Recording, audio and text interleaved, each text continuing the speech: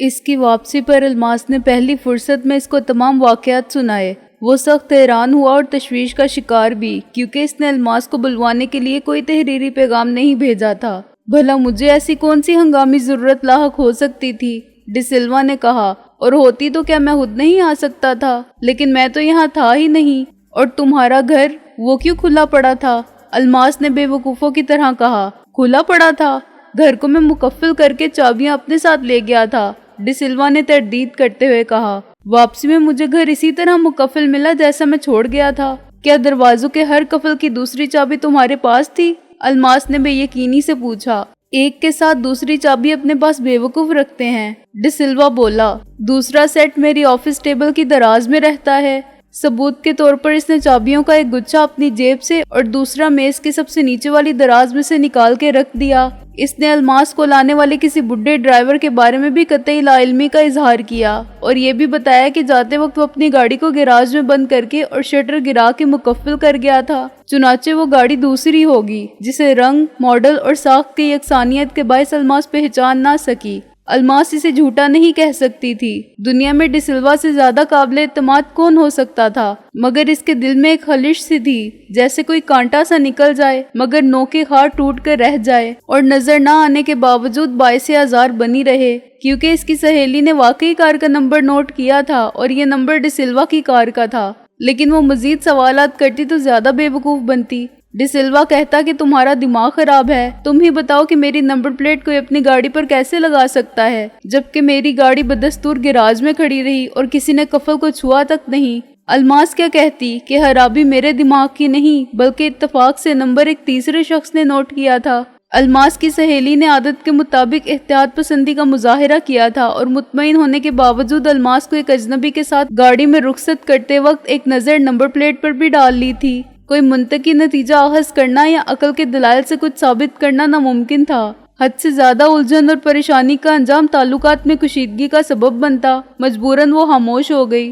ایک ہفتے بعد وہ صبح دفتر پہنچی تو ڈی سلوا نے اسے کمرے میں بلوایا اور اندر سے دروازہ بند کرنے کے بعد ٹیلی فون پر اپنے ماتحت غلام علی سے کہا کہ وہ کسی سے نہیں ملے گا، اور اگر ٹیلی فون پر بھی اس سے کوئی پوچھے تو کہہ دیا جائے کہ ڈی سلوا صاحب نہیں آئے۔ غلام علی کے لیے یہ کوئی نئی بات نہیں تھی۔ ڈی سلوا جب بھی ضروری کام میں مصروف ہوتا تھا تو ایسی ہی ہدایت جاری کر دیتا تھا، لیکن الماس کے لیے ڈی سلوا کی گھبراہٹ اور پریشانی ایک نیا تجربہ تھی۔ وہ سخت بدحواس اور بخلایا ہوا تھا۔ ایسا لگتا تھا کہ وہ ہاتھ منہ دھوئے بغیر اور ناشتہ کیے بغیر آفس آ گیا ہے اور شاید رات بھر جاگتا رہا ہے۔